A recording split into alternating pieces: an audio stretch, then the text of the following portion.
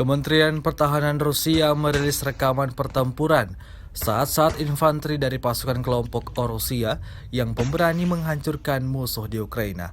Rekamannya ramai beredar di media sosial Telegram pada Jumat 30 September 2022.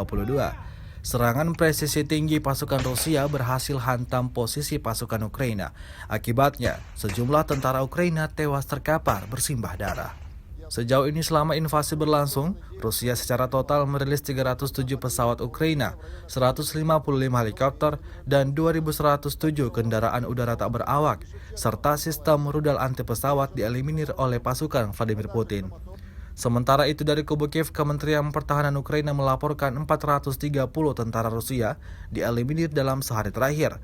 Total 58.580 prajurit Federasi Rusia meninggal sejak awal konflik hingga hari ke-218.